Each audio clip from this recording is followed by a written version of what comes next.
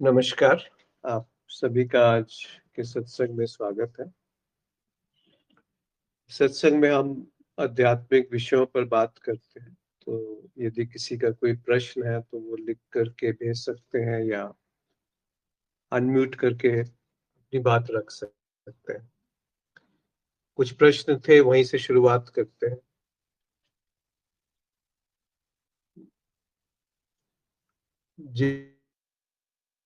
जिनके साथ वर्षों रहे, साथ पल बिताए, जीवन आया और जीवन साझा किया, अचानक वह कहाँ चले गए। लगा कि ये लंबा जीवन बस स्मृतियों में रह गया, और साथ में वह भी मेरे जैसे थे, स्मृति बन गए। वह भी जो मेरे जैसे थे वो एक स्मृति बन गए। क्या वो एक स्वप्न था? वे कौन थे और कहाँ गए? ये कौन है? क्या यह भी बस स्मृति मात्र नहीं, जो एक दिन अपनी ही स्मृति से विलुप्त हो जाएगा? और क्या यह स्वप्न भी खत्म नहीं हो जाएगा? ये प्रश्न एक मित्र ने भेजा है, जहाँ पर सभी के जीवन में ये घटना है, जब किसी प्रियजन की मृत्यु अगर हो जाए, या जो साथ में रहे हैं कई सालों तक, और जब वो चले जाते हैं इस दुनिया से, तो क्या वो स्वप्न था जो उनके साथ समय बीता, जो स्मृति बनी संग साथ की, क्या वो स्वप्न था? इस तरह से कुछ पूछा है कि और जो ये स्वप्न अभी चल रहा है, क्या ये भी समाप्त हो जाएगा? तो ये तो अटल सत्य है कि जो पैदा हुआ है उसकी मृत्यु होनी है। पर मृत्यु क्या है, इस पर अगर हम थोड़ा ध्यान से देखें तो पाएंगे कि मृत्यु शरीर की ही होती है। यानी शरीर एक उपकरण के जैसे है, जहां पर पृथ्वी, जल, अग्नि, वायु, आकाश का एक सम्मिलित कुछ घटता है, जिसे हम शरीर कहते हैं, भौतिक शरीर। और कुछ वर्षों बाद वो पुनः उसका विघटन हो जाता है, यानी जो जुड़े थे ये सब तत्व वो अलग अलग हो जाते हैं। पर कुछ मिटता नहीं है। अगर आप विज्ञान की भाषा में भी देखेंगे तो ऊर्जा को बनाया या मिटाया नहीं जा सकता है। और ये भी सब ऊर्जा के प्रकटीकरण है, सूक्ष्म रूप में ऊर्जा है। तो एक ऊर्जा का एक पुंज एक जगह इकट्ठा हुआ, जिसको हम एक घटना को, जिसका नाम हमने जन्म दे दिया, और कुछ समय बाद वो विघटन हो गया, अलग अलग हो गए वो पुंज जो था ऊर्जा का। इस बीच जब वो जीवित था तब भी उसमें बहुत बदलाव होते रहे। एक नदी की तरह है, जैसे नदी में पानी बहता है, हम उसे नाम दे देते हैं, पर वो हर क्षण ताजा है पानी। ऐसा नहीं है कि उसमें जिस पानी को आपने अभी छुआ, 5 मिनट बाद अगर आप वही जगह पे हाथ डालेंगे तो वो पानी नया होगा। पर हम नदी का जो नाम है वो एक स्थायी बना रहता है, कि ये नाम की नदी है। बेशक उसमें कुछ भी वो नहीं है जो पहले था, सब बदलता रहता है। ऐसे ही एक प्रवाह है जो बहता रहता है, जिसमें शरीर में भी प्रवाह है। कोशिकाएं बनती रहती हैं, बिगड़ती रहती हैं। फिर भी हम जो ये अन्न खाते हैं, जो हवा और पानी, उससे वजन बढ़ता है, उसी को हम जीवन मान लेते हैं। तो अगर हमने इस शरीर को जीवन माना है तो इसकी मृत्यु के साथ कुछ ना कुछ जुड़ जाएगा, कि वो ऐसा क्यों, मेरे साथ ही ऐसा क्यों। इसीलिए मृत्यु को समझना आवश्यक है कि मृत्यु किसकी होती है। क्या कोई व्यक्तित्व है जिसकी मृत्यु होती है? अगर वो व्यक्तित्व है तो वो व्यक्तित्व कहाँ बना, कब बना? और दूसरे की तरफ दृष्टि डालने से पहले अपनी तरफ, स्वयं की तरफ देखना चाहिए कि क्या, कहाँ पर है वो व्यक्ति जिसको मैं कहता हूँ। क्या वो मैं निजी है? क्या मैं कभी निजी हो सकता है? क्या कोई भी भावना निजी है? जिसे हम क्रोध कहते हैं, जिसे हम लोभ कहते हैं, क्या वो पहली बार घटा है? जिसे हम प्रेम कहते हैं, क्या वो पहली बार हमारे द्वारा घटा है? पर हमें लगता है जैसे कि ये पहली बार घटा है, जैसे ये अनोखा कुछ हमारे अंदर है, और इसको हम या तो सुधारना चाहते हैं या फिर इसको इसको बनाए रखना चाहते हैं। बस यही दो प्रवृत्तियां हैं जिससे हम गति मिलती है इस मन को। और वो जो मन में अलग होने का विचार है इस पूरी सृष्टि से, उस पे एक व्यक्तित्व का निर्माण होता है। वो भी धीरे धीरे निर्माण होता है। जब बच्चा है उसमें वो व्यक्तित्व ठोस नहीं होता, और जैसे जैसे वो बढ़ता है तो उसका वो व्यक्तित्व, वो अलग होना पूरी सृष्टि से वो ठोस हो जाता है। जबकि वो पशु में, वो पेड़ में, पंछियों में वो उतना ठोस नहीं होता। तो वो प्रकृति में साथ रहते हैं और उसके साथ समाहित हो जाते हैं। उसमें उतना दूरी नहीं है प्रकृति के साथ, इसीलिए उसमें प्रकृति में एक सहज गति है। पर मनुष्य ने प्रकृति का विनाश किया है। हम देखें ना, हमने आसपास क्या वातावरण को दूषित किया है। उसका कारण एक ही है कि मैं अपने लिए सब कुछ इकट्ठा कर लूं और दूसरे को मिले ना मिले उसकी कोई परवाह ही नहीं।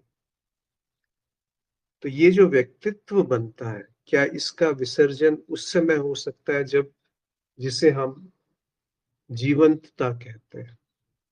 क्या हम उस जीवंतता को अभी देख सकते हैं? इसको दूसरी तरह से समझिए कि क्या अभी दिखने में ऐसा कुछ है जो झूठ नहीं है, जो भ्रम नहीं है? अभी दिखाई पड़ रहा है, पर देखते देखते ऐसा क्या है जो भ्रम नहीं है, जो झूठ नहीं है, जो इल्यूजन नहीं है? तो यहीं पे हम पाएंगे कि कुछ है, पर उसको बुद्धि नहीं जान पाएगी, उसको सोच विचार नहीं जान पाएगी, उसको मन नहीं पकड़ पाएगा। बल्कि शायद इसके विपरीत बात है कि इनके विसर्जन से जो रह गया वो जीवंत है, वो जीवंतता है। वो किसी एक शरीर का गुलाम नहीं है कि उस जीवंतता की अभिव्यक्ति के लिए एक विशिष्ट शरीर होना चाहिए। ऐसा नहीं है। शरीर तो मिट जाते हैं पर जीवन नहीं मिटता। आप देखिए ना, जीवन बना रहता है, किसी न किसी प्रारूप में वो प्रकट रहता है। एक शरीर के मिटने से जीवन थोड़ी मिट जाता है, प्रकृति बनी रहती है।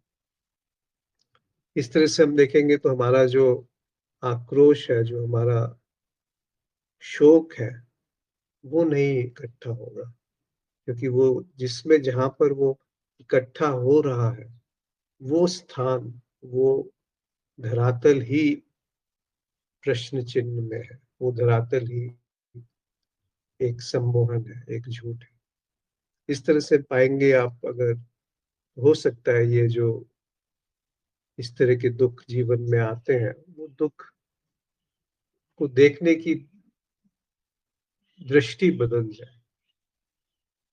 तो जिनसे संबंध जुड़ा और जिनसे संबंध विच्छेद हुआ, दोनों के प्रति कृतज्ञता है। दोनों ने अपने जीवन में एक भूमिका अदा करी,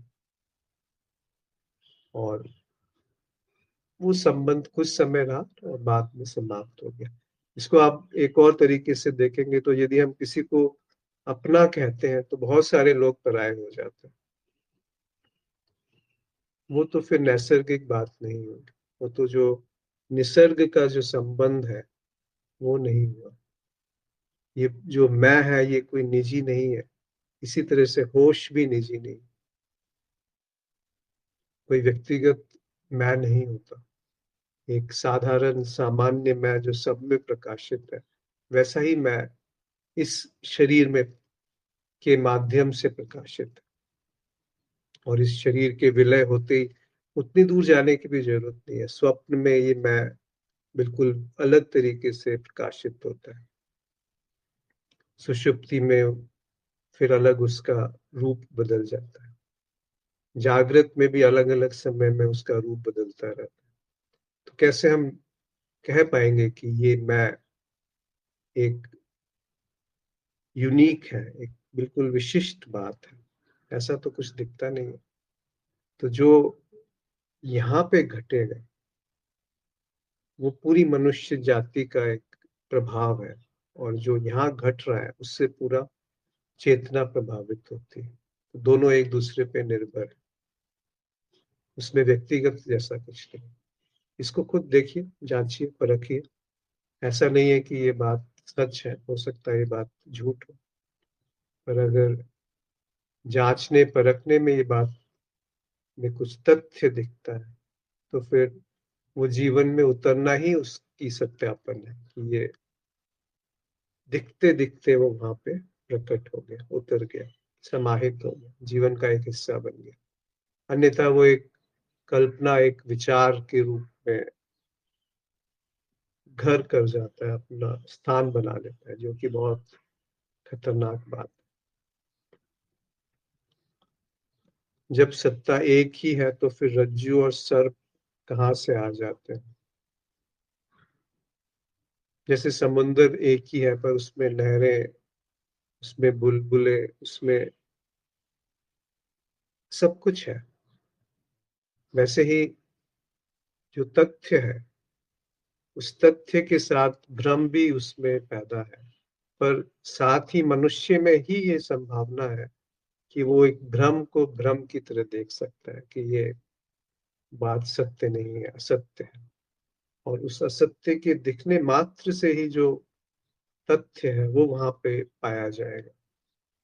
उसके परे क्या है वो आप बुद्धि से नहीं जान पाएंगे, पर इतना जरूर जान पाएंगे कि जो दिख रहा है वो वैसा नहीं है जैसा वो दिख रहा है। और इस बात को बस यहीं पे समाप्त कर देना चाहिए। इस उदाहरण से को बहुत ज्यादा खींचने की आवश्यकता नहीं। रज्जू और सर्प का उदाहरण यही है कि जो है, जैसा है उसको वैसा नहीं जाना जा रहा है। बस इस तरफ संकेत करने के लिए ही तो रस्सी और सर्प का उदाहरण दिया गया कि है वो कुछ और उसमें दिख कुछ और रहा है, और कुछ और दिखने के कारण वो सारी झूठी हमारी जो बातें हैं वो प्रकाशित हो रही है कि उससे भय है। या चांदी, जो एक और उदाहरण दिया जाता है जिसमें कि सीप को चांदी समझ लिया जाता है। सीप की जो चमक होती है वो चांदी जैसी दिखती है अगर उसमें प्रकाश पड़े। तो वो एक तरफ आपको भय है और एक तरफ लोभ है। तो ये भय, लोभ, ये सारी जो भावनाएं हैं ये इस वजह से प्रकट है क्योंकि जो जैसा है उसको वैसा नहीं जाना गया। बस इस उदाहरण को यहीं पे छोड़ दीजिए। सत्ता एक है कि अनेक सत्ताएं हैं, ये खुद जांचिए, देखिए, परखिए कि कैसे दो सत्ता है। कैसे कहा जा सकता है कि जैसे पानी है, पानी कभी बर्फ बन जाता है और कभी बादल बन जाता है, पर है तो एक ही वो। अगर मौलिक रूप से देखेंगे तो वो एक है, दो हाइड्रोजन के मॉलिक्यूल और एक ऑक्सीजन, तो वो पानी होगा। पर वो उसकी जो अभिव्यक्ति है वो अलग अलग तरीके से है, सत्ता एक ही है। उसी तरीके से सत्ता एक है, इसको एक होकर के कैसे जानेंगे? इसको जाना भी जाता है तो द्वैत में जाना जाता है कि ये दो नहीं है, और एक कहना भी फिर वो उचित नहीं रहता। हम नकारात्मक रूप से कह सकते हैं कि ये वो नहीं है जो हमें प्रतीत हो रहा है। तो उस तरीके से आप एक एक तरीके से वो दिखेगा सामने सामने कीजिए, सत्ता एक है, पर उसकी अभिव्यक्तियां अलग अलग है, उसकी उपयोगिता अलग अलग है, उसके गुणधर्म अलग अलग है। रज्जु में सर्प के भाव और अभाव का ज्ञान किसको होता है? ऐसा कोई व्यक्तित्व नहीं है। व्यक्तित्व होता तो वो दिख जाता। जो दिखता है वो एक एक तरह से झूठ बात है, वो है नहीं। इसी बात, यही तो मौलिक अध्यात्म की सबसे मौलिक बात यही है कि वो क्या है जो समझता है कि मैं इस इन सब से अलग हूँ। वो कैसे अलग हो सकता है? वो बना उसी से है और कहता है कि मैं अलग हूँ। कैसे वो पानी के एक मॉलिक्यूल से बादल, बर्फ और पानी अलग हो सकता है। उसकी वो रोम रोम में, बादल में वो पानी समाया हुआ है। पानी यानी वो छोटा सा जो अणु परमाणु है, उसी से तो बना है। वो जानना चाहता है कि बादल अलग क्यों है, या कभी बादल क्यों है और कभी बादल का अभाव क्यों है। तो बादल होकर के आप नहीं जान पाएंगे, पर बादल कैसे आप उसे परिभाषित करेंगे कि जो है, अगर हम उसके भाव और अभाव के ज्ञान में किसी व्यक्तित्व को ढूंढने जाएंगे, तो पाएंगे कि वहां पर ऐसा कोई व्यक्तित्व नहीं मिलता। जो मिलेगा वो एक विचारक है, जो विचार के कारण बना है। और जो विचारक है वो समझता है कि मेरी अलग सत्ता है, पर वास्तव में तो वो एक विचार ही है। ये जो मैं है, ये विचार से ज्यादा क्या है। और कभी वो सोचता है कि मैं, मेरा अभाव है, कभी मेरा अभाव नहीं है, कभी मैं हूं कभी मैं नहीं हूं। पर मौलिक बात वहां पर फिर चूक जाती है कि ये विचारक जो है, ये विचार से बना है। ये जो व्यक्तित्व है, ये एक आभासीय घटना है जो अलग अलग सोच विचार का उत्पाद है। जैसे कोई फूल है, जब पहले आप बच्चे से शुरू कीजिए तो अनुभव है, वहां पर कोई सीधा दृश्य है और दृश्य के साथ एक दिखना घट रहा है। वहां पे उसको अलग नहीं समझा जाता कि मैं इसको देख रहा हूँ। पर जैसे जैसे वो बच्चा बड़ा होता है तो वो एक अलग व्यक्तित्व का वहां निर्माण हो जाता है कि मैं जान रहा हूँ कि यहाँ पर कुछ सुधारा जा सकता है। अगर कुछ सुधारना नहीं है, कुछ हमें जो है जैसा स्वीकार है उसमें कुछ बदलाव नहीं करना, तो मैं कहाँ बचेगा। बिल्कुल वैसा ही स्वीकार है जैसा वो घट रहा है, तो मैं कहाँ रहा। तो ये बात यहीं पे सत्यापित हो जाएगी कि मैं कहाँ है। अभी देखिए ना, कहाँ पर है मैं। हम समझते हैं कि हम प्रेम कर सकते हैं। क्या हम प्रेम कर सकते हैं, या प्रेम को अवसर दिया जा सकता है? क्या हम ध्यान कर सकते हैं, या ध्यान में हम विलुप्त हो सकते हैं? हमारे विलुप्त होने से ध्यान करता है। तो ये जो व्यक्तित्व है जो समझता है कि मैं कुछ सुधार सकता हूँ, अगर ये भाव छूट गया, यानी जो अभी है वो वैसा उचित नहीं है, उसमें कुछ और होना चाहिए था। या जो अभी है वो वैसा ही रहना चाहिए था, उसको बदलना नहीं चाहिए। इसको योग क्षेम कहते हैं, कि जो है वो छूट ना जाए, और जो जिसकी आवश्यकता है वो ना मिले, ऐसा ना हो, इसीलिए जमा करो। तो ये सारी जो प्रवृत्तियां हैं, ये बहुत समय से वो एक चक्र में, एक वृत्ति के रूप में घूमती रही। इसमें प्रश्न चिन्ह नहीं लगा कि वो अस्तित्व जो एक पेड़ को उसी जगह खड़े होकर के सारा कुछ दे देता है, एक चूहे को, एक जानवर को जिसको बोलना नहीं आता, जिसकी बुद्धि उतनी विकसित नहीं है, उसके लिए सब कुछ उपलब्ध है। तो ये मनुष्य क्यों इतना असुरक्षित है? ये असुरक्षा का भाव पृथकता से उत्पन्न होता है कि मैं अलग हूँ, और ये साधन अलग है, मेरा होना अलग है, मेरा होना विशिष्ट है। उसी को तो अहंकार कहते हैं। या मेरा होना निकृष्ट है, वो जो दूसरा व्यक्ति है वो बहुत श्रेष्ठ है, और उनसे मैं कुछ पा सकता हूँ, आशीर्वाद, कृपा, कुछ भी पा सकता हूँ, ज्ञान। खुद नहीं देखूंगा, लेकिन दूसरे से कृपा मिल जाए, आशीर्वाद मिल जाए, आशीष मिल जाए। ये सब चल रहा है। इस पे थोड़ी सी दृष्टि जाएगी कि वो क्या है जो इन सब में बना हुआ है। कहीं वो भी तो एक झूठ नहीं है। तो ये नकारात्मक नहीं है कि निराशावादी बात हो रही। और ये तथ्य की तरफ इशारा है कि अगर ऐसा है तो जागो, बदलो मत, जागो, केवल जागो कि ऐसा है। उसको बदलाव करने की आवश्यकता नहीं, वहां पे बस स्वीकृति है कि ऐसा है। इसका अर्थ ये नहीं कि वहां पे निष्क्रियता है, कुछ करना नहीं है। वहां पे अक्रियता है, करने वाला नहीं है, घटनाएं घट रही हैं। जो उचित है वो उसकी अपनी एक प्रज्ञा है, उसका अपना एक बहाव है, उसकी अपनी एक गति है। तो वो जो उचित है वो हो जाएगा, पर मैं नहीं रहूंगा। तो आप देखिए ना, इसको एक सिद्धांत के रूप में मत जान लीजिएगा, इसको जीवन में अमल होने दीजिए, जीवन में उतरने दीजिए, रसने दीजिए, फिर देखिए क्या होता है। अगर सब कुछ नष्ट हो जाता है जैसे हम नीति नीति प्रक्रिया में करते हैं, यहाँ तक कि स्मृति भी नष्ट हो जाती है, तो क्या संस्कारों में कुछ बचा रहता है? नष्ट कुछ नहीं होता। इसका जैसे उत्तर दिया था, क्या संस्कार भौतिक, मानसिक, बौद्धिक, आत्मिक, शारीरिक अवशेष मात्र हैं या एक भ्रम मात्र है? सभी संस्कार एक भ्रम है। अगर भ्रम है तो अज्ञान है, तो कुछ शेष है।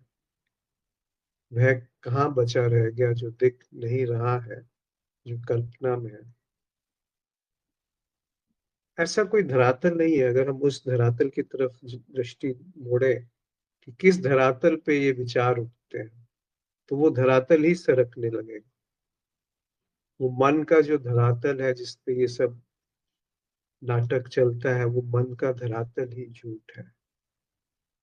जो फूल है वो फूल है, उस फूल को फूल नाम देना झूठ है। फूल की हम सारी चीजें समझ सकते हैं कि उसमें किस केमिकल से वो बना है, उससे खुशबू आती है, उसका आकार क्या है, पर क्या वो फूल है? क्या वो जीवंतता है जो जानकारी हमने मन में हासिल करी फूल के नाम दे करके, और उसके बाद उसको, उसके बारे में जो भी उपयोगिता जानकारी सूचना है, क्या वो फूल की जीवंतता है?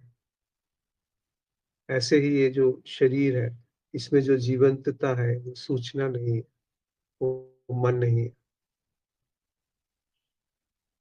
ये सोच विचार का उत्पाद है मन, बुद्धि, अहंकार और स्मृति। पर जो तथ्य है वो थोड़ा सा अलग है, थोड़ा विलग है।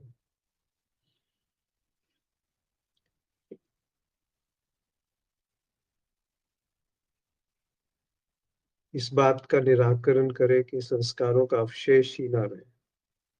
क्यों आप संस्कारों को मिटाना चाहते हैं? कौन है जो संस्कारों के मिटाने के बाद बना रहेगा कि संस्कार नहीं? और किस तरह से आप संस्कारों को मिटाएंगे? क्या उसको, जो पर्दे पे मूवी चल रही है, तो उस मूवी को क्यों आप हटाना चाहते हैं? चल रही है तो उसको बस थोड़ी देर के लिए चलने दें, क्योंकि मिटाने की चाह एक नए संस्कार को पैदा करेगी, कि इच्छा ना हो, एक नई इच्छा का उत्पाद हो गया। संस्कार ना रहे, एक नए संस्कार का जन्म हो गया। साक्षी के अलावा सुरति मतलब होश साक्षी में ही रहे।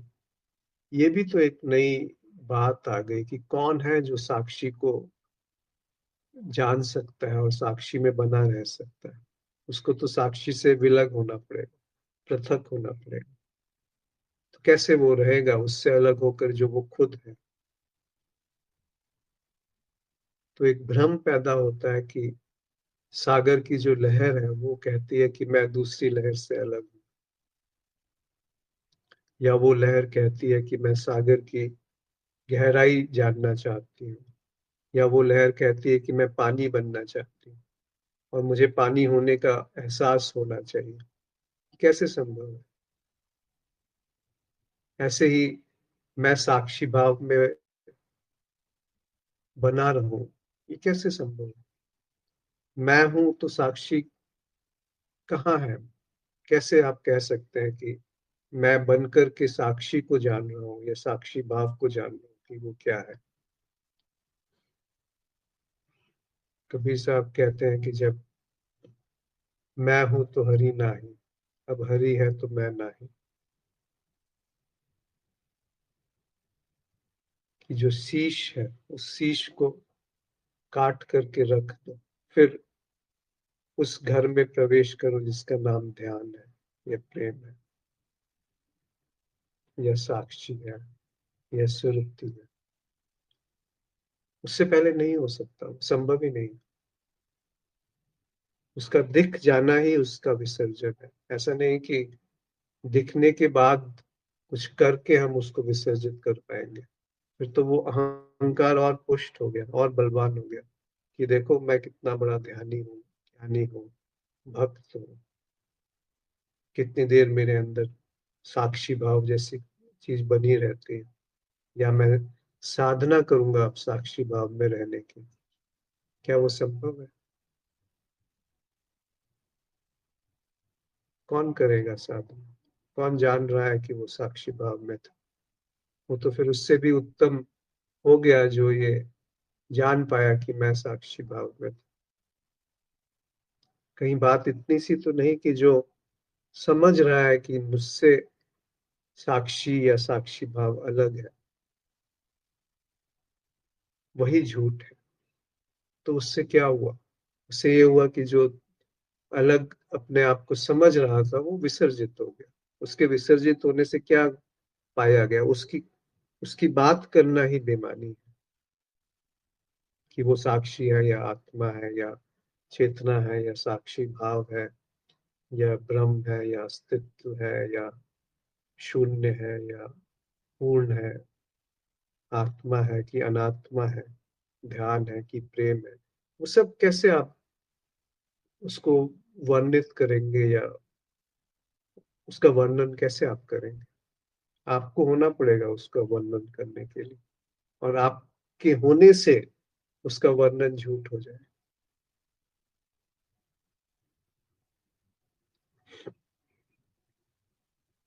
स्वप्न को जागृति की छाया कहा गया है, क्योंकि स्वप्न में होने वाले अनुभव जागृति से मेल खाते हैं। स्वप्न से जागने पर स्वप्न विदा हो जाता है, चाहे स्मृति बनी रहे तब भी स्वप्न दृष्टा बना रहता है। स्वप्न दृष्टा स्वप्न के साथ समाप्त हो जाता है। स्वप्न दृष्टा जागृति में नहीं बना रहता। जागृति में खाली उसकी एक स्मृति होती है कि ऐसा कुछ था। जो स्वप्न दृष्टा जब बनता है तब स्वप्न सत्य होता है।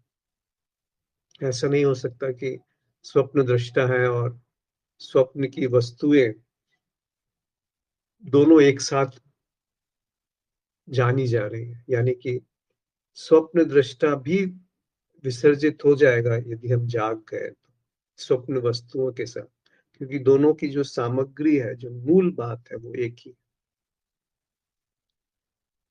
जागृति भी स्वप्न है, यह तर्क संगत है। जागृति स्वप्न नहीं है, जागृति स्वप्नवत है। बल्कि जागृति की जो अनुभव है वही स्वप्न में स्वप्न की तरह प्रकट होता है।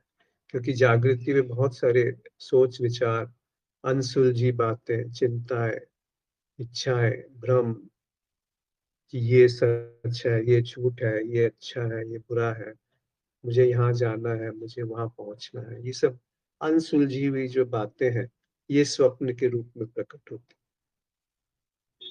और स्वप्न में वो स्वयं ही विभाजित कर लेता है अपने आप को कि मैं देख रहा हूँ स्वप्न में जो घट रहा है, पर वास्तव में तो वहां कुछ भी नहीं घटता।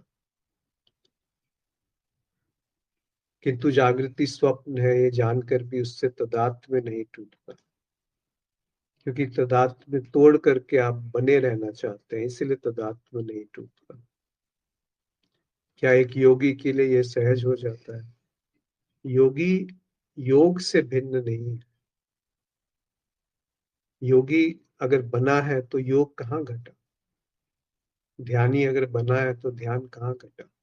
प्रेमी अगर बना है तो प्रेम क्या है वो कैसे समझा जाएगा?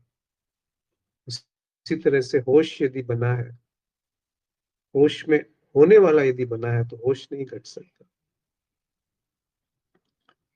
या इसे केवल मृत्यु ही सत्यापित कर सकती है। नहीं नहीं, इतना इंतजार करने की आवश्यकता नहीं है। अभी जैसी बात करी कि मृत्यु तत्क्षण घटती है, इसी समय जाग जन्म है और मृत्यु है, हर क्षण वो एक साथ प्रकट है, दोनों बातें। बस मैं अगर हट गया तो मृत्यु है। किसकी मृत्यु है? भ्रम की मृत्यु। और वहां पे किसका जन्म है वो नहीं पता चलेगा। वहां पे वो जो जन्म लेने वाला है वो मृत्यु में समाहित हो गया। कहा जाए तो मृत्यु ही सत्य है, क्योंकि मृत्यु के ऊपर जन्म घटता है।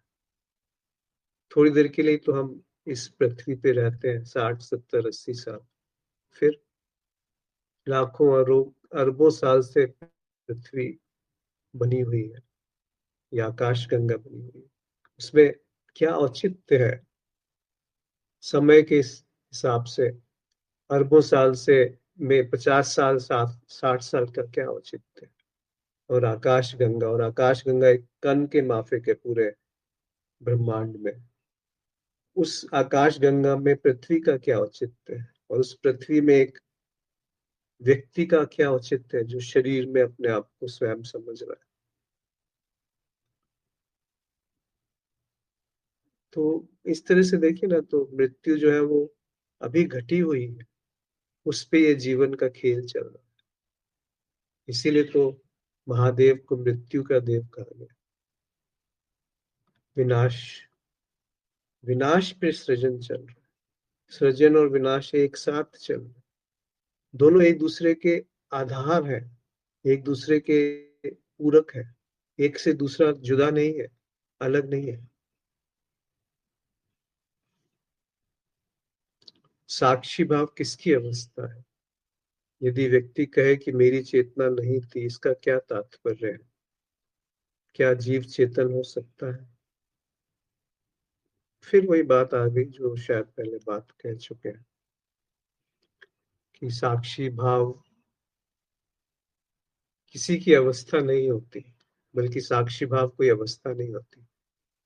साक्षी का ज्ञान और उस ज्ञान के साथ साक्षी की जो भी कल्पना है उसका विसर्जन, वो साक्षी है। अब इस बात को आप कैसे बुद्धि से जान पाएंगे? तो ना ही जाना जाए तो अच्छा है। यदि व्यक्ति कहे कि मेरी चेतना नहीं थी, इसका क्या तात्पर्य है? इसका तात्पर्य है कि उसकी चेतना नहीं थी। अगर चेतना है, उसका भी तात्पर्य यह है कि कोई कहे कि मेरी चेतना थी, वो भी झूठ है। और कोई कहे कि मेरी चेतना नहीं थी, वो फिर भी शायद थोड़ा नजदीक है, कि हाँ, थोड़ा सत्य के नजदीक है। क्या जीव चेतन हो सकता है? जीव यानी जड़ और चेतन, ये जो इनका एक ग्रंथि है उसको जीव कहा गया। पर वो एक पारंपरिक भाषा है, परिभाषा है। देखा जाए तो जड़ और चेतन जैसा कोई विभाजन नहीं है। ये विभाजन करने वाली जो वृत्ति है वही झूठ है। उस तरफ थोड़ा ध्यान लेके चलिए। मैं साक्षी हूं, यह ज्ञान ही चेतना है। फिर यहाँ मैं का जीव से कोई तादात्म्य तो नहीं है, तो जीव से यह कैसे अभिव्यक्त हो रहा होता है? स्वप्न और माया में भेद कैसे करें? मैं साक्षी हूँ, ये ज्ञान ही चेतना है। ये बात भी उतनी पूरी तरह से बात जचती नहीं है। हो सकता है जब कही गई हो तो उसका तात्पर्य, उसका उसका मर्म अलग है। पर मैं साक्षी हूँ, ये अहंकार का वक्तव्य है, एक दूरी का वक्तव्य है, कि मैं जान रहा हूं कि मैं साक्षी हूं। मैं साक्षी से अलग होकर के ये कह सकता हूं कि मैं साक्षी हूं। अन्यथा जो साक्षी है वहां पर मैं नहीं हो सकता। तो वो जो शब्द है साक्षी, उसको हम समझते हैं कि वो बना हुआ है और वो बाकी चीजों को देख रहा है, वो साक्षी है। पर ये परिभाषा में भी फिर द्वैत आ गया, कि कोई देख रहा है जो दिखने वाली वस्तु से भिन्न है। पर वो विभाजन कहाँ पर है? वो विभाजन किस समय उत्पन्न होता है? अभी जो घटना दिख रही है उसमें जो देखने वाला बना हुआ है, इन दोनों के बीच में कहाँ पर सीमा रेखा है? अगर वो एक पूरी की पूरी सूचना समाप्त हो जाए, जो हमें एक फूल के बारे में, जो फूल को अगर पहली बार देखा गया, तो वहाँ पर कहाँ है विभाजन? उस फूल से और उस फूल को जो देखा जा रहा है उस घटना में।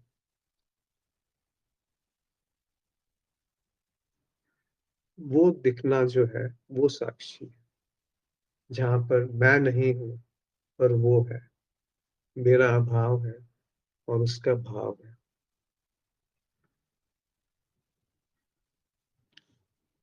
स्वप्न और माया में कैसे भेद करें?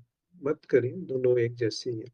इनका अर्थ होता है कि जो है नहीं पर प्रतीत होता है कि वो है, या जो जैसा है वैसा नहीं जाना जाए, उसे माया कहते हैं। प्रकृति जो है वो तथ्य है, उसको माया नहीं कहना चाहिए। उस तथ्य को तथ्य की तरह देख लिया बिना उस पे कुछ आरोपण किए हुए, तो सत्य वहां पे प्रकाशित है। तथ्य का आधार सत्य है, और इनमें जो विभाजन है वो माया है या झूठ है या भ्रम है।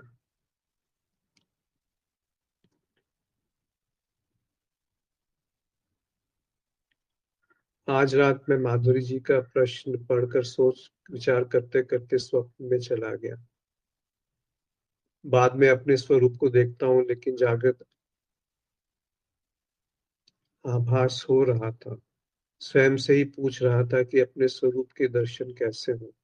अपना स्वरूप जो स्थूल शरीर का है, वह दर्पण में अपने प्रतिबिंब, वह दर्पण में उसका प्रतिबिंब देखता हूँ, देखते देखता हूँ और सोचता हूँ कि अनुभवकर्ता का दर्शन असंभव है। उसमें कोई रंग रूप पदार्थ कुछ भी नहीं है, फिर उसकी आभासीय छवि नहीं हो सकती।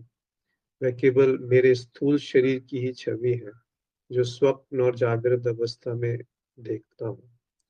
इस प्रकार मैं अपने इस प्रश्न को आपके सामने रख रहा हूँ कि कैसा, ये कैसा आभास या भ्रम या सोच विचार का अनुभव है? क्या साक्षी भाव में रहते हुए कोई घटना देखी जा सकती है?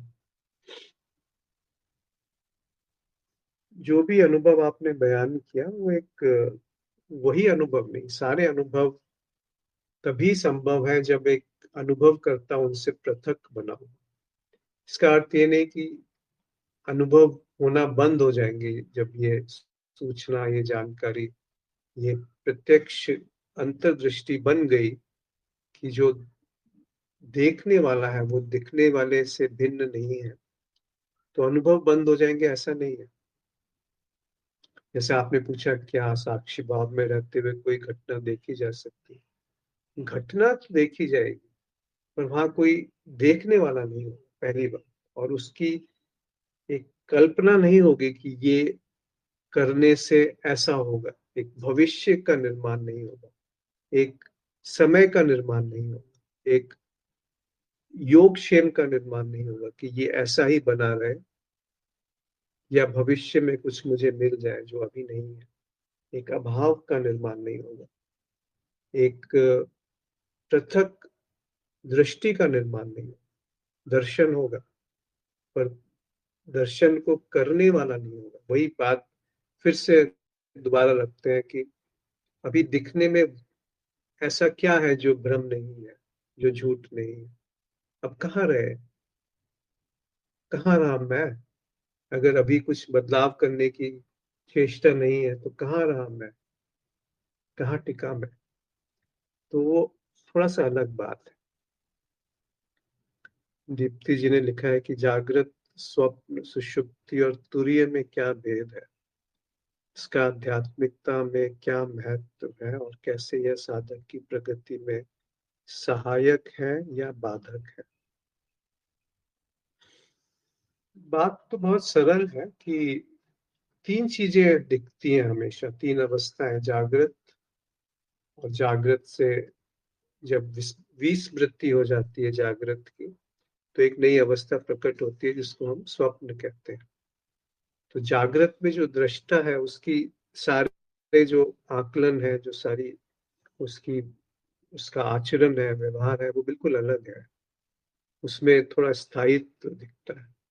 स्वप्न में स्वप्न दृष्टा एक बन जाता है, साथ साथ स्वप्न की वस्तुएं बन जाती, वहां पे ज्यादा मुक्ति है, वहां पे नियम कम है, और वहां पर घटनाएं उसी तरह से घटती है जैसे जागृत में घट रही होती है, पर वो एक अलग स्थिति है। उसमें हम की जो अवस्था है वो बिल्कुल अलग है। फिर कुछ समय बाद एक और अवस्था आती है जिसमें स्वप्न दृष्टा और स्वप्न की वस्तुएं विलुप्त हो जाती हैं। वहां मेरे होने का भाव भी नहीं रहता, और उसको हम सुषुप्ति कहते हैं या निद्रा कहते हैं। तो ये तीन अवस्थाएं तो सभी हर दिन लगभग घटता हुआ पाते ही हैं। अब प्रश्न उठता है कि ये तुरीय शब्द क्या है, या तुरीय क्या चीज है। तुरीय कोई चौथी अवस्था नहीं है। तुरीय का अर्थ ये नहीं है कि इन तीनों से विलग कुछ है। तुरीय का अर्थ है जो इन जिस धरातल पे ये तीनों घट रहे हैं, वो तुरीय है।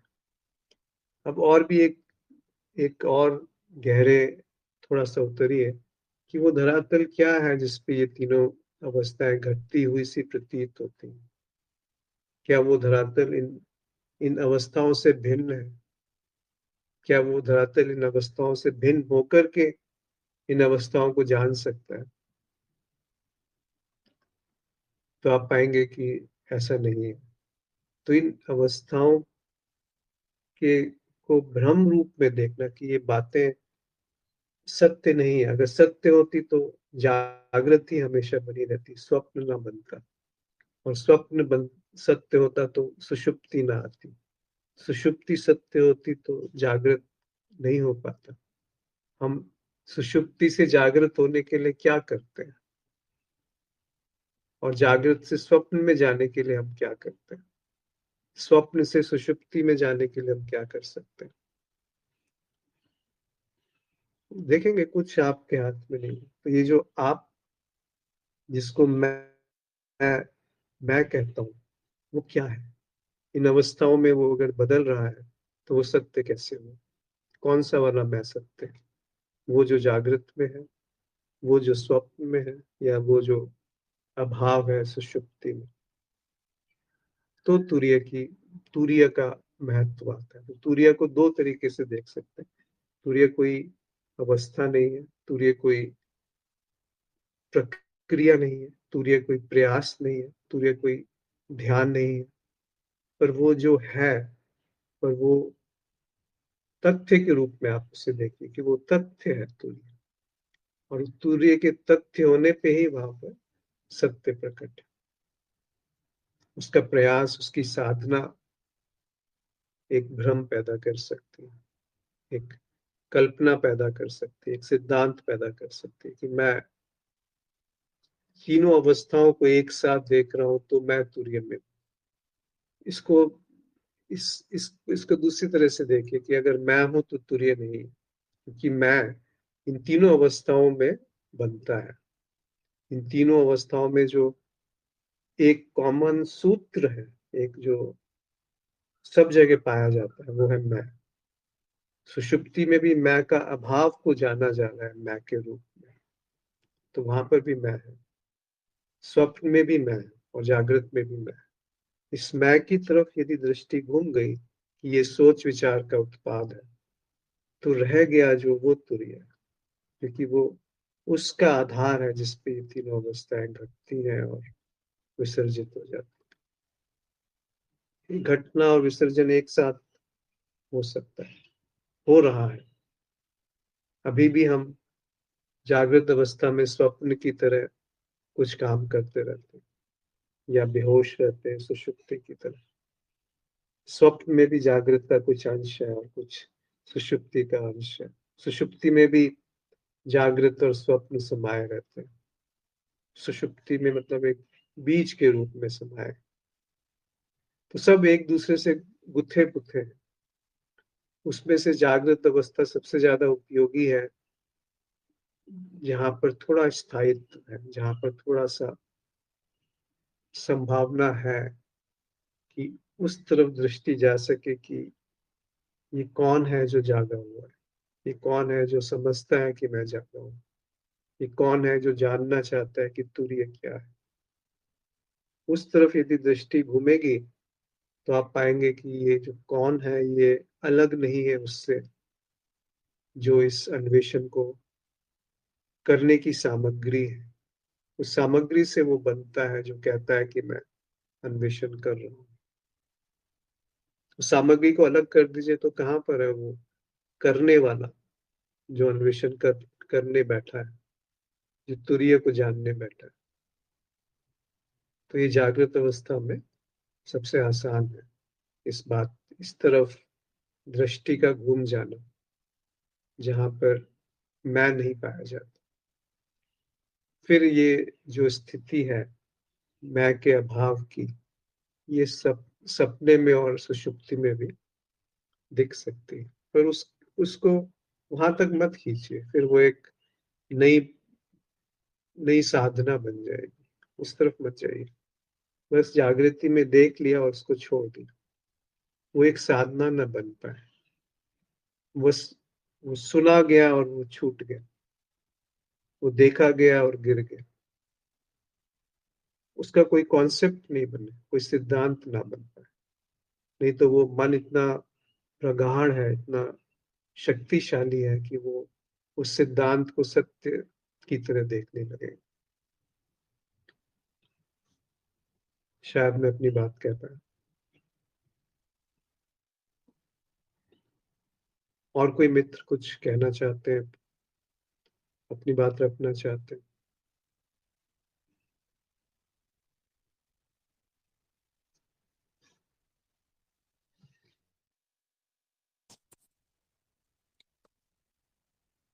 प्रणाम अश्विन जी।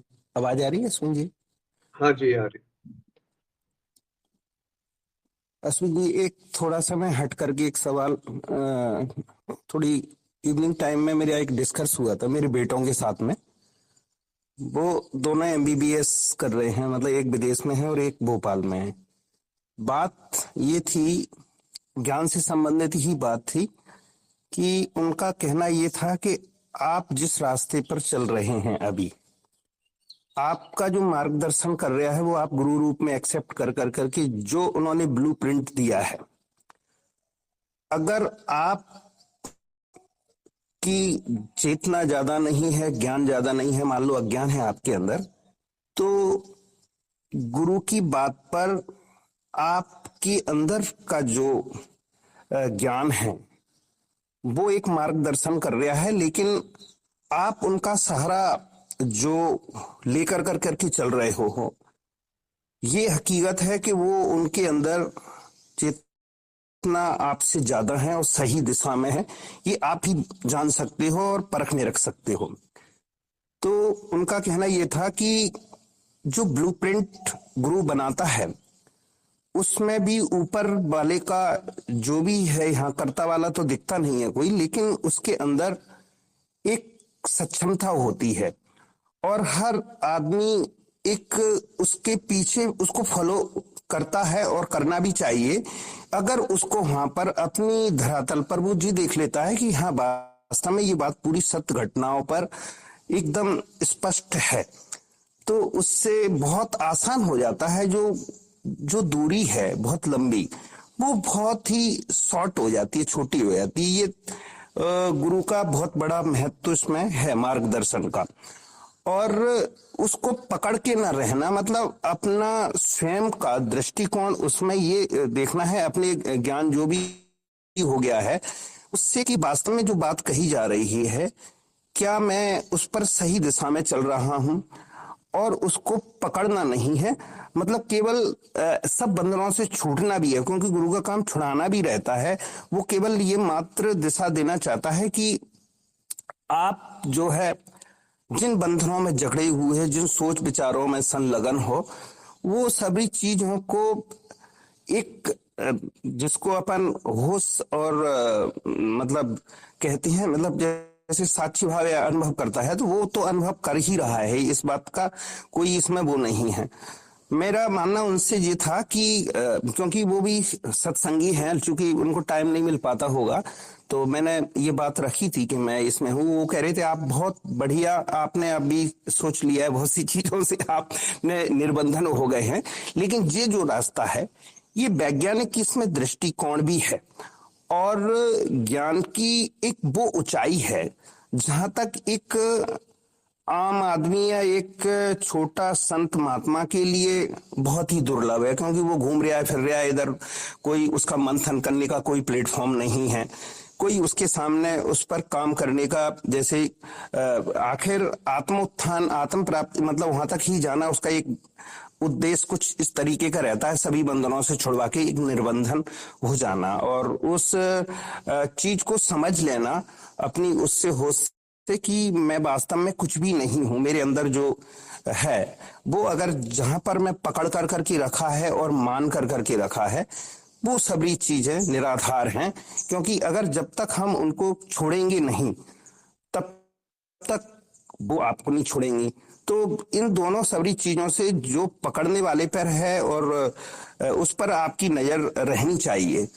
तो काफी देर तक डिस्कस चलता रहा है, वैसे तो कभी ज्यादा चलता नहीं है, लेकिन एक निष्कर्ष में उन्होंने ये बताया कि ये जो वास्तव में मैंने कहा बेटा तू अगर तेरे पास समय हो तो कभी कभी मैं ये भेज दिया करूंगा, क्योंकि हम लोग काफी लंबे समय से, अभी ज्यादा उम्र नहीं है उनकी, 20 22 25 साल की है, तो मैं ये चाहता था कि सभी लोगों के लिए, उनका कहना यही था कि जो वास्तविक चीज है वो हर जगह तो मिलेगी नहीं इस संसार में, और कहीं भी सत्संग के लिए या किसी भी आप जगह पर आप ढूंढोगे किसी चीज को, तो वो आप जैसा वो चीज को नहीं मिलेगी, क्योंकि कबीर साहब की उस पर हम लोग चलते थे। तो अब तो मैं अकेले ही पड़ गया हूँ, यहाँ पर अकेला ही हूँ, लेकिन ये बात निश्चित है, उन्होंने ये कहा कि जो अश्विन जी हैं और जो गुरुदेव जो भी रहे हों, वो बहुत ही उस लेवल पर है जहां पर सब चीज आप स्पष्टता से देख सकते होगे, लेकिन आप नहीं देख पाओगे, वो देख सकते हैं आप में, क्योंकि जो भी ऊपर है उसकी लाइट से, प्रकाश में आप सब नीचे का जो भी चीज है उसको आप देख सकते हो प्रकाश में, वो ही ज्ञान का संचार आपके अंदर आ रहा है, आप उसको नहीं देख पाओगे क्योंकि वो प्रकाश है मान लो। तो वहां पर जो भी है आपका हो सकता है वहां तक पहुंच हो या नहीं हो। तो ये बहुत सी चीजें ऐसी जो रहती हैं अश्विन जी, जैसे सुपन तुरिया की अभी जो बात चल रही थी, क्योंकि कभी कभी थोड़ा सा अ, दूसरे। एक सेकंड, बहुत बहुत सारी चीजें एक साथ हो जाएंगी तो उस पे कोई संवाद नहीं हो पाएगा। जी जी जी आप जी जी, थोड़ा अब मैं ये चाहता प्रश्न था प्रश्न आप पूछिए समझ कि क्या मतलब संशय क्या है, कि गुरु आ, स, का जो ब्लूप्रिंट है, स, अगर वो कोई मतलब अपनी, ये अगर मेरा कोई, प्रश्न प्रश्न ये बना कि जो सही दिशा मिल जाती है जहां पर वो एक तरीके से पूरा का पूरा सॉल्यूशन एक तरीके से निकल कर कर के आ जाता हैगा अपनी धरातल पर, मतलब जो ज्ञान का है या होश का है उसका, वो उसमें चीज बनी रहेगी। देखिए आपकी जी बात थोड़ी बहुत समझ में आई, पर जी जी थोड़ी बहुत आप अपने आप भी इसमें अवलोकन करिए, अपने आप ही इस पे अन्वेषण करिए कि किसी का भी सहारा लेना एक तरह से भ्रम पैदा करेगा। आप उसे गुरु कहें, आप उसे मार्गदर्शक कहें, आप उसे कोई कुछ भी नाम दे दे, अगर आप समझते हैं कि कोई और है जो आपको रास्ता दिखा देगा, तो फिर वो अधूरी बात रहेगी, वो बहुत दूर तक नहीं जाएगी बात। क्योंकि उसमें होगा क्या कि जिसने देखा, उसने ये देखा कि मैं नहीं हूं, और उसने इस बात को बस रख दिया, पर उसमें सच्चाई है। सच्चाई ये है कि जो संग है उसका प्रभाव जरूर आता है, इसीलिए उसको सत्संग कहा जाता है। कि अगर कोई बिल्कुल निश्चल है, जहां पर कोई छल नहीं है, कोई छुपा हुआ मोटिव नहीं है, तो वहां पर वो जो प्रकाशित है, जो उसमें कोई ब्लूप्रिंट नहीं है, उसमें कोई उद्देश्य नहीं है, वहां पर कोई कुछ लक्ष्य नहीं है, पर उस उपस्थिति में कुछ घटता है, घट सकता है। जैसे रमन महर्षि है, वो मौन रहते थे, बहुत समय मौन रहते थे। उनकी उपस्थिति में कहा जाता है कि कुछ बैठते थे और कुछ संवाद नहीं होता था, पर वहां से जब वो उठ के आते थे तो बहुत लोगों का ऐसा अनुभव है कि उनके प्रश्नों के उत्तर उन्हें मिल जाते थे।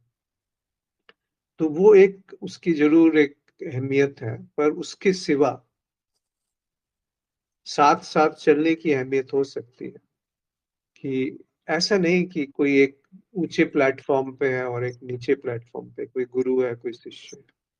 कोई भी गुरु ये नहीं कहेगा कि मैं गुरु हूं और मैं तुम्हें रास्ता दिखा रहा हूँ। ऐसा कहने में थोड़ी सी त्रुटि आ जाती है, क्योंकि गुरु तभी गुरु हो सकता है जब उसका व्यक्तित्व समाप्त हो गया, जब वो एक पृथक इकाई के रूप में प्रकाशित ना हो। तभी तो वो निर्विरोध, वो जो बात पहले से ही है, उसमें दो चीजें नहीं है कि एक बल्ब की लाइट है और एक और बल्ब आप जला दीजिए तो और एक और प्रकाश पैदा हो गया, थोड़ा ज्यादा प्रकाश पैदा हो गया। पर उन दोनों प्रकाशों में कोई भेद नहीं है, वो एक ही है। उसी तरीके से गुरु और शिष्य की का भेद समाप्त हो जाता है यदि ये दिख गया कि मैं ही झूठ है, ये जो ढूंढने चला है वही मिथ्या है। फिर कहाँ गुरु और कहाँ शिष्य, कहाँ ब्लूप्रिंट और कहाँ लक्ष्य, कहाँ पहुंचना है और कहाँ जाना है, कौन ऊपर और कौन नीचे। ये सब तो बहुत प्राथमिक बातें होगी, ऐसी जैसे कि अभी शुरुआत करी हो। पर वो बात सही है कि साथ साथ हाथ पकड़ के जैसे दो मित्र चलते हैं वैसे चला जा सकता है। उसमें उसमें ये नहीं कि सामने कीचड़ है तो कोई ये कहेगा कि आप आंख बंद करके किसी का हाथ पकड़ के कीचड़ में पार करने की क्या जरूरत। जो दिखेगा तो स्वयं दिखेगा कि सामने कीचड़ है, तो आप उसके साथ भी थोड़ा सा अलग होके निकल सकते हैं। पर आप किसी और की आंखों के माध्यम से देखना चाहते हैं तो फिर वो बहुत भ्रमित करने वाली बात हो जाएगी। स्वयं देखें और स्वयं ये देखें कि स्वयं जैसा कुछ होता नहीं।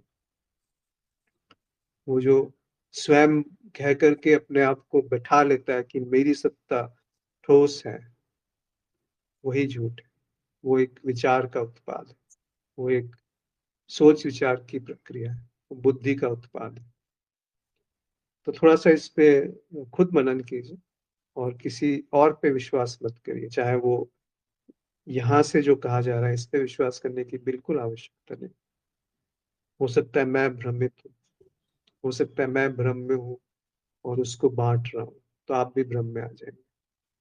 इसीलिए किसी पे भी विश्वास मत कीजिए, पर एक ईमानदारी रखिए कि जो है उसको यथावत देखना है, बिना किसी मिलावट के। दिखे कहीं पे मिलावट, उसको छोड़ दीजिए। तो धीरे धीरे वो जो मैं है वो गलना शुरू हो जाएगा, क्योंकि मैं बनता ही इसलिए है कि कोई और है जो मुझसे ज्यादा जानता है, या कुछ और है जो बेहतर है, या कुछ और है जो बदतर है। ये जो विभाजन है, जो अभी की स्थिति है, इसमें बदलाव किया जा सकता है। तो मैं बन गया। फिर वो ध्यान नहीं रहा, फिर वो प्रेम नहीं रहा, फिर वो समर्पण नहीं रहा, फिर वो स्वीकार नहीं रहा। अस्वीकार से ही तो मैं बनता है। एक और प्रश्न है कि शरीर से अलग होकर शरीर को कैसे देखें। भीष्म नारायण जी का है।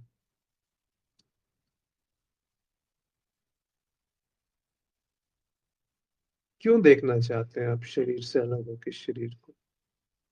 आप देख लीजिए ना, शरीर से अलग होकर एक दर्पण में उसकी जो छवि दिखती है तो शरीर से अलग होकर शरीर दिख जाता है।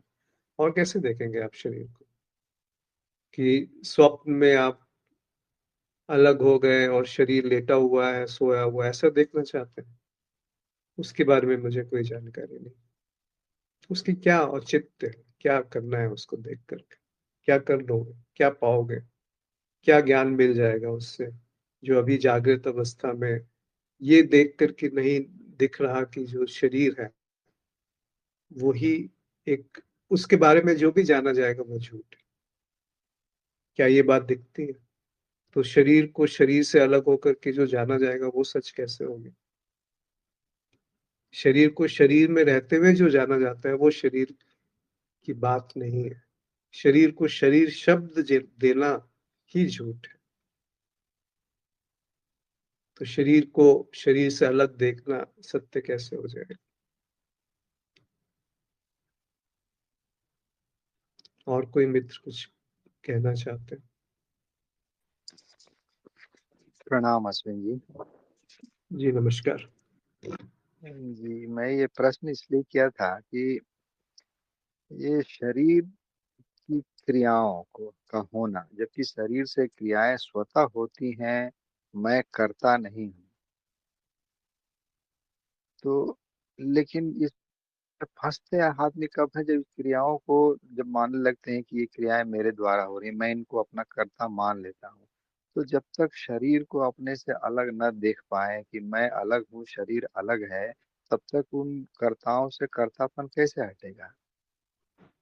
जी, ये जो मैं कह रहे हैं कि मैं शरीर से अलग हूँ, ये क्या है? ये भी भ्रम है, माया। ये कैसे जान रहे हैं कि ये भ्रम है? क्योंकि मैं कह पा रहा हूँ ना कि मैं हूँ। ये मैं शब्द कहना, जो कह रहा है वो जान रहा है कि मैं कह रहा हूँ, मैं को बना रहा हूँ। हाँ, पर ये मैं को जो बना रहा है ये क्या चीज है? उसके बारे में कह नहीं सकते ना क्या चीज है, बस तो है, फिर वो तो होना। शरीर से भिन्न हो ही गया ना।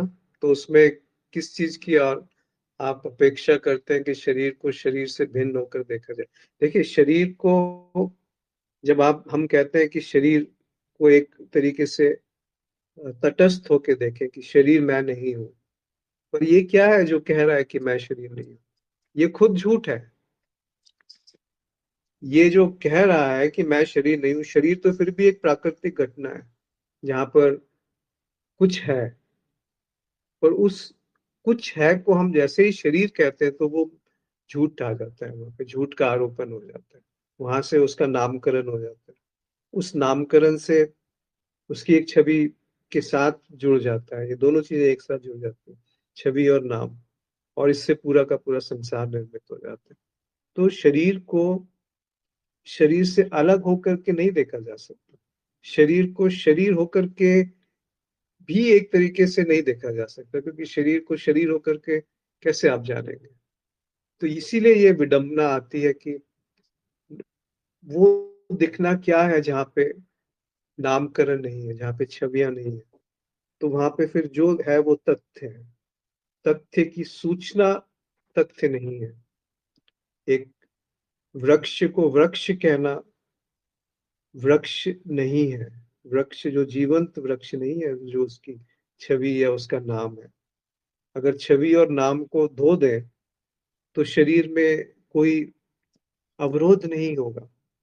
एक तथ्य के रूप में शरीर मौजूद है और उसकी अपनी एक प्रज्ञा है, एक बुद्धि है जो यांत्रिक रूप से काम करती है। कि शरीर में जैसे आपने कुछ खाया तो उसकी एक अंदर एक समझ है जिससे वो खून पैदा हो जाता है, प्रवाहित होने लगता है। उसको आप थोड़ा बहुत संचालित कर सकते हैं, आप मतलब थोड़ा बहुत एक सुचारू रूप से उसकी गतिविधि में अवरोध नहीं पैदा किया जा सकता। पर घटना सहज है। हमारा अवरोध पैदा करने से उसमें बीमारियां उत्पन्न होती हैं। अगर हम उस अवरोध को हटा दें और उस तरफ दृष्टि ले जाएं कि ये जो बिना नामकरण किए, बिना छवि के दिखना क्या है, तो फिर शरीर कोई अवरोध पैदा नहीं करेगा। फिर शरीर एक सहज उसके साथ हो लेगा। सहज मतलब शरीर को हम क्या बोलते हैं, उसका शोषण करते हैं। शरीर का ठूस ठूस के खाते हैं या मनोरंजन के नाम पे शोषण करते हैं। अगर वो शोषण करने वाला अपनी तरफ घूम जाए कि ये कौन है जो मनोरंजन करना चाहता है, या कौन है जो शरीर से पृथक होके जानना चाहता है कि शरीर क्या है, तो आप उस तरफ क्यों नहीं दृष्टि ले जाते? उस तरफ मौलिक बात की तरफ नजर रखिए नारायण जी। जी अश्विन जी, थोड़ा मैं इसमें एक अपना व्यू रखता हूँ, थोड़ा उस पर भी बताएं। मुझे क्या लगता है कि वाकई तो क्या है कि शरीर है नहीं, क्योंकि जो परिवर्तन होता है वो केवल प्रतीति है उसकी, वो होता नहीं है। और शरीर प्रति क्षण परिवर्तनशील है, लेकिन जो इस परिवर्तन को देखता है वो तभी देख पा रहा है क्योंकि वो स्वयं परिवर्तित नहीं हो रहा है। तो ये दो चीज है कि शरीर मिथ्या है, लेकिन इस मिथ्या को जो देख रहा है वो मिथ्या नहीं है। यहाँ गलती क्या है कि वो देखने वाला भी इस मिथ्या में अपने आप को मिला लेता है, इसको भी सच सच साबित करने का कोशिश करता है कि शरीर है। यही गड़बड़ है। तो इसलिए कि कैसे ये अनुभव हो कि भाई ये नहीं है तो पक्का हो जाए, क्योंकि असत है, ये तो नहीं है, असत होता नहीं है क्योंकि परिवर्तनशील है। ये कैसे पक्का हो जाए कि ये नहीं है? जी। यहाँ पे एक धारणा जैसी लगती है कि देखने वाला जो है वो पृथक है उससे जो असत है, जिसको आप असत का नाम दे रहे हैं। इन सब को हटा दीजिए थोड़ी देर के लिए। नाम, रूप, छवियां, शब्द, सोच, विचार, फिर देखने वाला कहाँ है? क्या वो देखने वाला फिर भी बना हुआ है, या जिसको आप देखने वाला सत्य के नाम से घोषित कर रहे हैं कि वो असत से भिन्न होना चाहिए तभी वो असत को जान पाएगा? ये सब ज्ञान को थोड़ी देर के लिए फेंक दीजिए, फिर कहाँ है वो जो जैसे एक ही सामग्री से देखने वाला बन जाता है स्वप्न में? पर क्या वो सच है? स्वप्न का जो दृष्टा है वो अपने आप को वस्तुओं से, स्वप्न वस्तुओं से पृथक पाता है कि मैं अलग हूं स्वप्न की वस्तुओं से। तो क्या वो अलग है? इसी तरह से जागृत में जो देखने वाला बन जाता है कि मैं सत्य हूं और ये सब बदलती हुई चीजें असत्य है, क्या ये दो हैं? ये मौलिक भूल है। जी। अगर ये एक बार दिख गया तो फिर इसमें मनन चिंतन जैसा कुछ नहीं है, अभ्यास कुछ नहीं है। दिख गया और छूट गया। अगर दिख गया और आप इस दिखने को बनाए रखना चाहते हैं तो फिर एक भ्रम में फंस जाएंगे जी। कि ये जी। जो ज्ञान है ये बहुत उच्च कोटि का ज्ञान है और इसको मुझे बार बार सत्यापित करना है। तो क्या है जो सत्यापित करने चला है? वो फिर एक सूचना मात्र है जो अपने आप को ठोस करने में लगा हुआ। ये है भूल। अगर आप भूल की बात करना चाहें, उस पे जो क्या जुगाली करना भूल है। वो दिखा और छूट गया, तो श्रवण मात्र में ही बात घटती है। जैसे ही वो श्रवण से आगे बढ़ी बात कि आपने उसको संजो करके रख लिया, उसको संचित करके रख लिया, तो बहुत भटकाव हो जाएगा। इसीलिए कबीर कहते हैं कि तुम तो हाँ, तुम जो कहते हो वो तो पढ़ी पढ़ाई बात है, सुनी सुनाई बात। मैं कहता हूँ आंखों देखी। जो दिख रहा है, अभी दिख रहा है ना, ये तो अभी बात करते करते दिखा कि जो देख रहा है वो दिखने से बनता है। जो दिख रहा है, दिखी हुई सामग्री है, उसको हटा दो तो देखने वाला कहाँ है? जी। तो फिर वो दो कैसे होगा? जी बिल्कुल सही। जी। जब दो नहीं है तो फिर समस्या कहाँ है? अगर मुझे अभी जो घट रहा है उसमें कुछ जानना नहीं है, उसमें कुछ बदलना नहीं है, उसमें कुछ होना नहीं है, उसमें कुछ करना नहीं है, तो फिर मैं कहाँ बचा? देखने वाला कहाँ बचा? साक्षी कहाँ बचा? वो सारे कॉन्सेप्ट्स कहाँ बचे जो हम इन सब के नाम पे बुद्धि में संग्रहित कर लेते? फिर बुद्धि का रोल क्या बचा? फिर जो रह गया वही तो होश है। फिर भी कुछ रह गया, वो होश है, प्रज्ञा है। ध्यान है, प्रेम है, कुछ भी नाम दे दीजिए, मत दीजिए ना, क्योंकि फिर एक नया सिद्धांत बन के आ जाए। इसीलिए उसको अलग अलग संत अलग अलग नाम से पुकारते गए और बाद में उसको खारिज भी करते गए, क्योंकि उसकी एक सिद्धांत बन जाएगा कि बुद्धत्व कुछ होता है।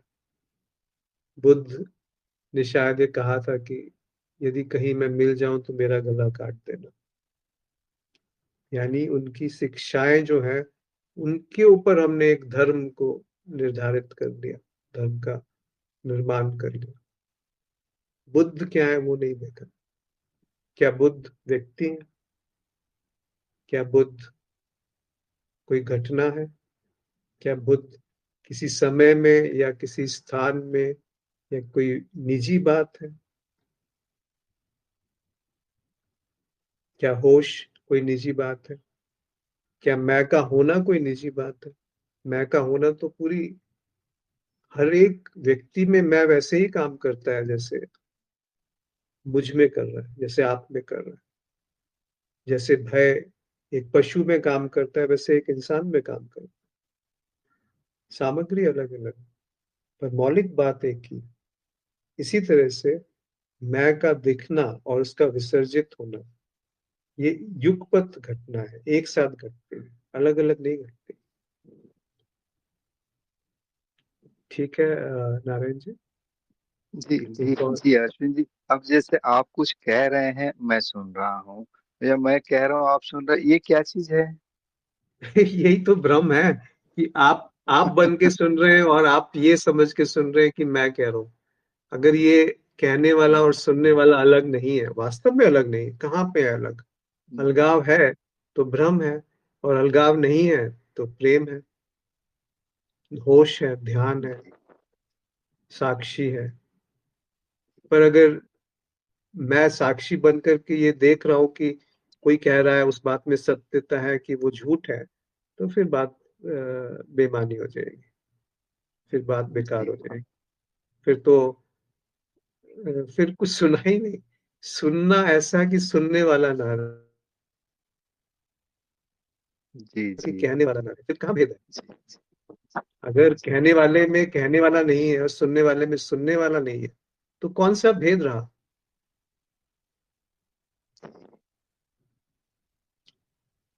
धन्यवाद आप अश्विन जी, बहुत अच्छे। आप देख रहे हैं क्योंकि आप समझ रहे हैं कि मैं देख रहा हूं।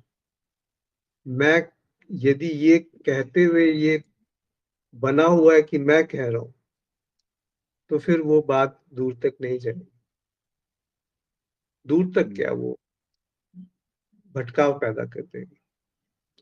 एक और प्रश्न है माधवी जी का, कि शरीर की मिथ्या को तो समझ लिया कि ये उपकरण मात्र है, परंतु कभी कभी किसी विषय पर मनन करते हुए शरीर में स्वयं से जो क्रियाएं होती हैं, उसका क्या कारण?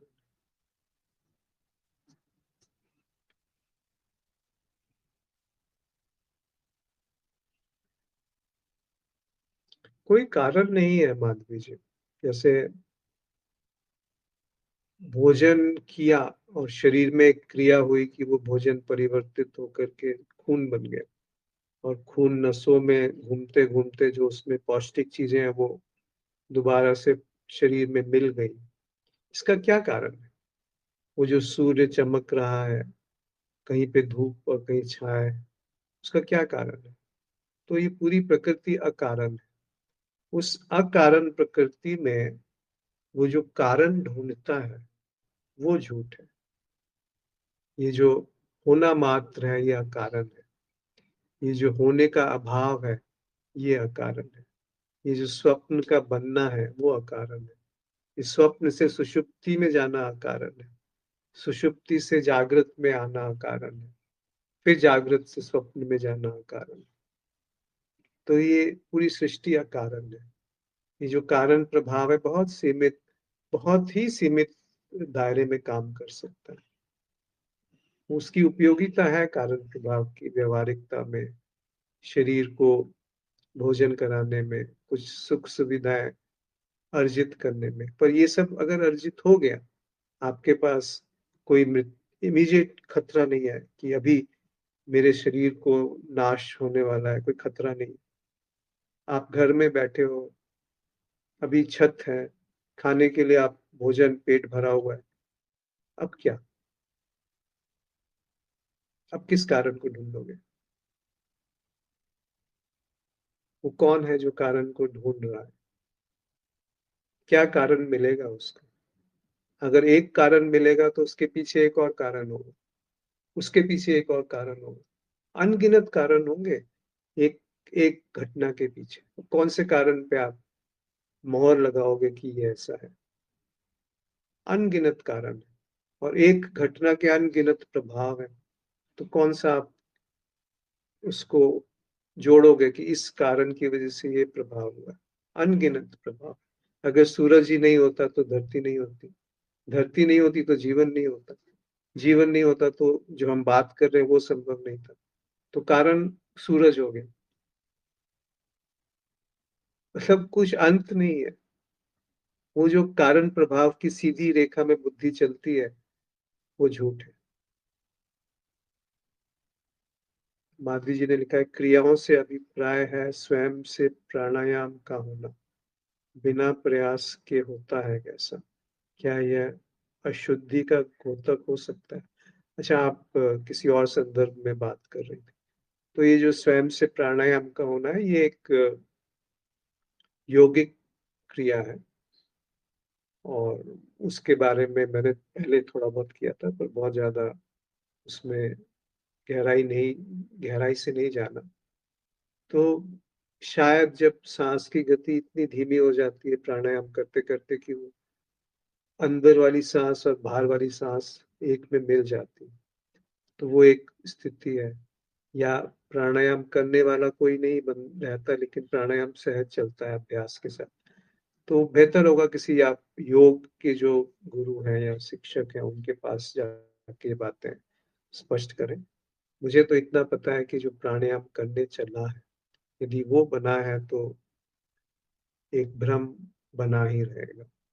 और जब वो प्राणायाम करने वाला समाप्त हो गया, तो प्राणायाम हो या ना हो, दोनों स्थितियों में कोई लैक की फीलिंग नहीं होगी, अभाव की बात नहीं रहेगी। ये नहीं कि प्राणायाम ढंग से नहीं हुआ तभी बात बनी, मतलब ढंग से हुआ तभी बात बनेगी, और ढंग से नहीं हो पाया तो थोड़ा सा असहजता है। इतनी भी असहजता को क्यों स्थान देना कि वो निर्भर है प्राणायाम पे, या सहज प्राणायाम पे निर्भर, स्वतः घटने वाले प्राणायाम पे निर्भर। आपने आगे लिखा है, अंततः इसका साक्षी होना है कि ऐसा जो भी शरीर में हुआ बस साक्षी होना है इसका। कौन है जो साक्षी होगा? क्या आप साक्षी से अलग होके साक्षी हो सकते हैं? क्या आप जान सकते हैं कि मैं हूं और साक्ष्य है, यानी मैं साक्षी हूं और साक्ष्य है? तो क्या वो जो साक्ष्य है वो साक्षी को जान पाएगा, या साक्षी साक्ष्य को जान पाएगा कि मैं साक्षी हूं और कुछ और है जो साक्ष्य है? क्या ये संभव है? क्या ये विभाजन है? और विभाजन है तो इस विभाजन को कौन जाने? तो क्या ये विभाजन सच है, या ये विभाजन मात्र ही झूठ है? अगर ये विभाजन मात्र ही झूठ है, तो फिर कौन साक्षी बन करके साक्षी भाव में रहना चाहता है? कौन प्राणायाम करना चाहता है? प्राणायाम करके क्या हासिल हो जाएगा? मन शांत हो जाएगा, जीवन में जो चाहते हैं वो प्राप्त होने लगेगा, प्रार्थना करेंगी वो सफल हो जाएंगे। क्या मिल जाएगा? किसको मिलेगा? कहाँ मिलेगा? किस धरातल पे मिलेगा?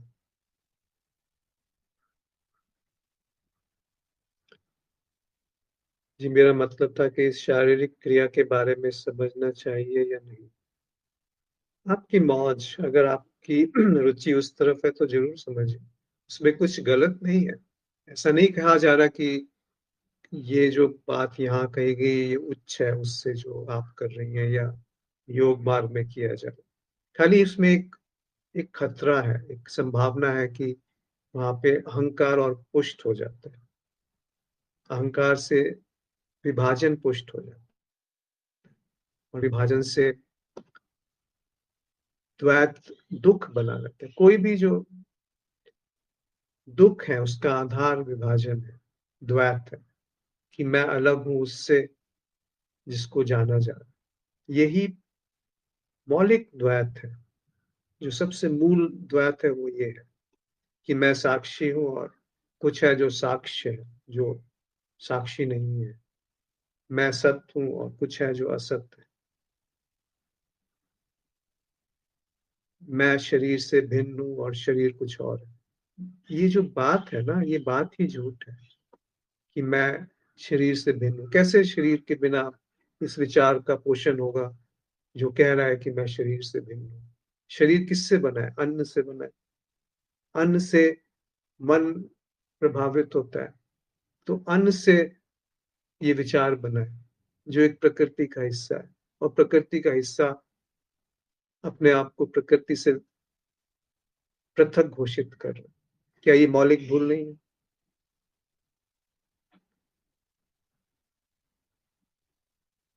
पर इस बात को सच मत मानिए, इतनी जल्दी मत मानिए कि ये जो कहा गया ये बात सही है। बस ये एक इशारा है कि हम साथ चलते हुए देख पाए कि जो देख रहा है उसके बिना देखना क्या है, कि क्या ऐसा कुछ दिखना है जो झूठ नहीं है। दिखते हुए दिख रहा है, पर वो दिख रहा है जो झूठ नहीं है। वो तभी संभव है जब देखने वाला पृथक ना हो उससे जो दिख रहा है। फिर सारी जो अभ्यास है, सारे जो प्रयास है, वो स्वतः गिर जाएंगे, गिराने नहीं पड़ेंगे, वो गिर जाएंगे।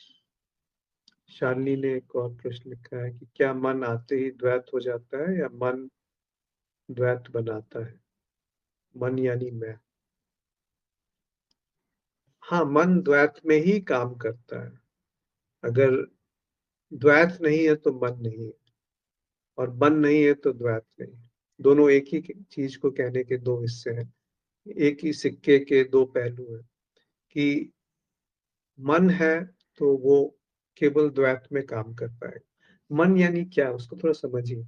मन यानी सोच विचार। जो फूल है उस शब्द को मन कहा, फूल शब्द, और उसकी जो सारी सूचना है वो मन है।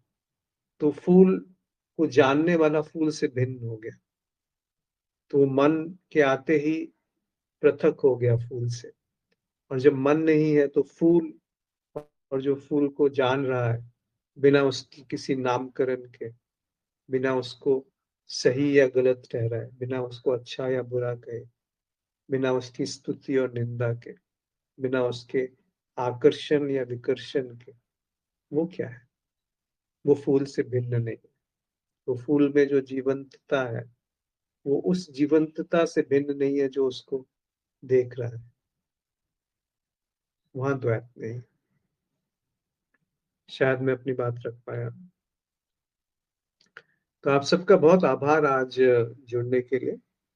और यदि कोई चीज स्पष्ट ना हो पाई हो तो आप लिख के भेज सकते हैं, और अगले शनिवार को या बीच में भी अगर ज्यादा बातें हो तो हम बीच में भी कभी समय निर्धारित करके एक और मीटिंग कर सकते हैं।